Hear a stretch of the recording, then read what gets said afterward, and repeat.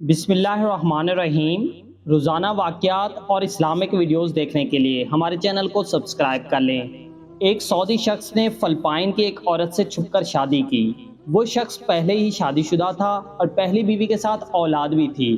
جب اس شخص کو بیماری لاحق ہوئی تو اس نے اپنی پہلی بیوی کے ساتھ جو اولاد تھی اس کو وصیت کے لیے جمع کیا اور ان میں سے اپنے بڑے بیٹے کو بتایا، بیٹا میں نے چھپ کر ایک فلپائنی عورت سے بھی شادی کی ہوئی ہے، میرے بعد ان کا خیال رکھنا اور وراثت میں ان کو بھی حق دینا، اور ساتھ ہی ان کا مکمل پتہ بھی بتا دیا جہاں وہ رہتی تھی۔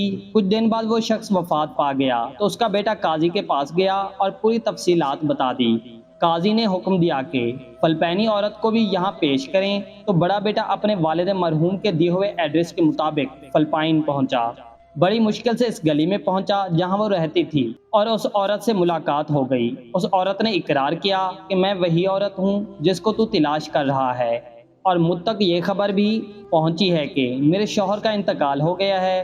تو بیٹے نے بھی ساری تفصیل بتا دی اور ان کو سعودیہ کی طرف سفر کے لیے قائل کیا، اور اس کو لے کر سعودیہ پہنچا اور سیدھا قاضی کے پاس گیا۔ قاضی کے فیصلے کے مطابق اس عورت کے حصے میں 8 لاکھ ریال آئے، جو پاکستانی روپیوں میں تقریباً 2 کروڑ 16 لاکھ کے لگ بھگ بنتے ہیں، اور ساتھ ہی قاضی نے حکم دیا کہ ان کو عمرہ کی ادائیگی کے بعد فلپائن روانہ کیا جائے۔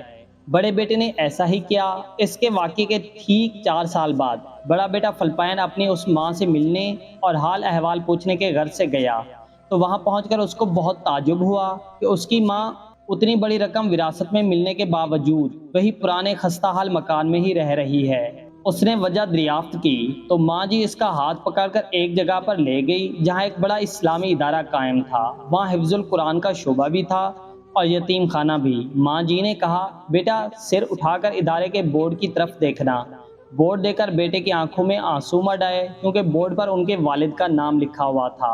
اس نیک صفت عورت نے کہا، میں نے یہ ادارہ اپنے وراثت کے پیسے سے بنایا ہے اور اپنے شوہر کے نام پر وقف کیا ہے تاکہ ان کو اس ادارے کی وجہ سے ثواب ملتا رہے۔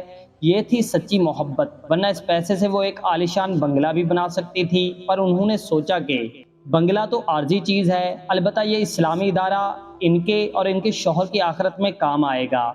جب بیٹا سعودیہ واپس آیا تو اپنے دوسرے بھائیوں کو بھی اس بارے میں آگاہ کیا۔ تمام بھائی اس رات جاگتے رہے اور باہم مل کر چندہ جمع کیا۔ اسی ایک رات میں 5 ملین ریال اپنے والد مرحوم سے منسوب اس ادارے کے لیے انہوں نے چندہ جمع کیا، جس کو ان کی دوسری ماں نے ان کے والد سے بے لوث محبت کی بنیاد پر قائم کیا تھا۔ سبحان اللہ! یہ واقعہ وہاں کے عربی اخبار میں بھی چھپ چکا ہے۔ ناظرین، موجودہ دور میں رئیسوں کی اولادیں وراثتی رقم کے حصول کے لیے اپنے والدین کے مرنے کا انتظار کرتی ہیں، اور جو سچی محبت کرتے ہیں اپنے مرنے والے کو توشہ آخرت بھیجنے کی فکر میں رہتے ہیں۔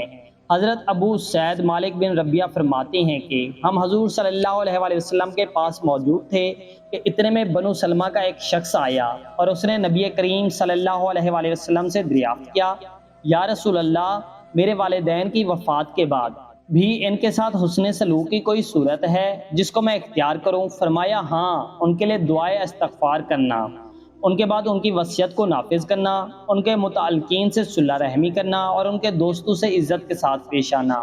ہمیں چاہیے کہ ہم اپنے پیاروں کو اس دنیا سے جانے کے بعد بھول نہ جائیں، بلکہ ان کے لیے صدقہ جاریہ کرتے رہیں، اور خاص کر اپنے والدین کو راحت پہنچانے کے لیے زیادہ سے زیادہ صدقات اور دعا کریں۔